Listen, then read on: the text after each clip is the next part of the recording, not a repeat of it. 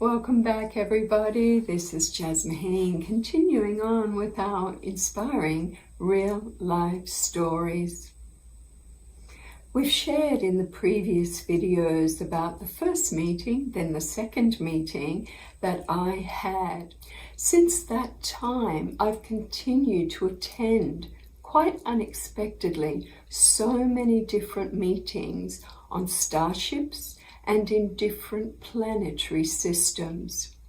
The place is irrelevant, for in this frequency band there is no time, there is no space, there almost is no place. It's like a gathering of vibrational flows, you could say, of very particular beings.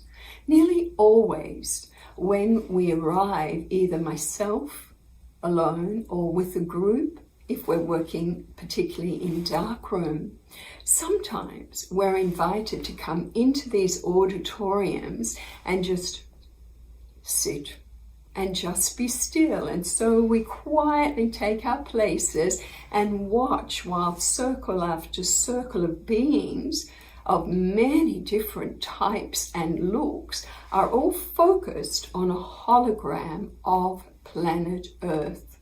This is so interesting to see the energetic transmissioning, because they're all just stabilizing the fields of Earth holographically with love, and always communing telepathically. So sometimes it's easy to hook in and know exactly what's being said, and then other times it's virtually impossible because it's too fast and we're not in the vibratory band to pick it all up, and we are there also not as contributors but as watchers. Sometimes our groups have arrived and I'll sense that, again, not everyone in the group is with me, because some are still in too much in there. I'm just in my body and my body's uncomfortable and I'm not getting this meditation, and no, I'm not hooking in, or they're snoozing. That happens. But always we try to hold the space, create the field so as many can tune into that zone that we are being guided into or invited into, because these ones always come to our space and take us into their space, you could say, like a guide.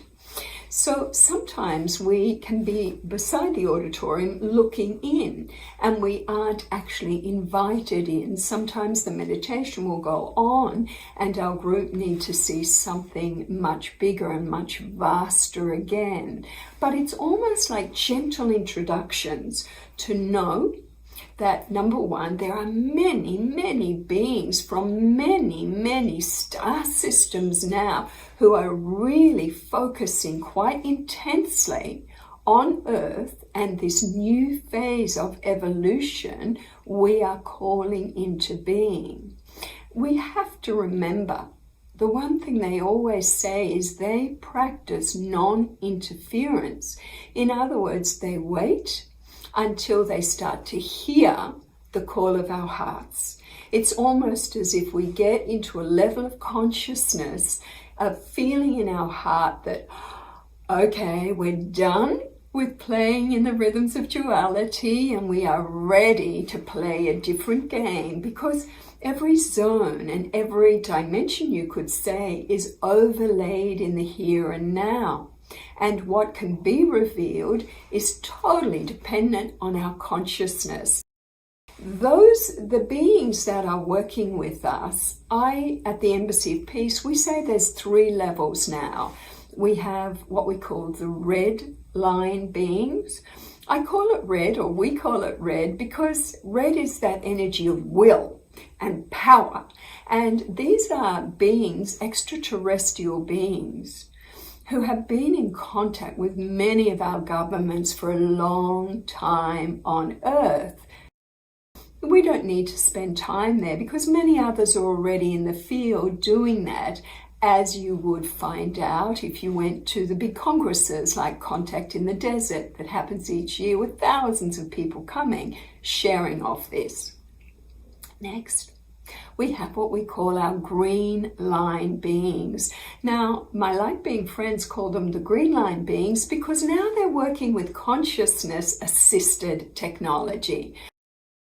Then we have the ones I love and I connect with, and I call these ones our blue line beings. Line meaning a zone. And these ones are all about consciousness. So with our red line beings, sometimes the green line beings, maybe it is a bit of power control, but not when you go to the blue line. When you're in the blue line, there is no ego, there is no hidden agenda, there is no fear of attack, and there is no need to operate on any fear paradigm, because the paradigm is understanding the power of love.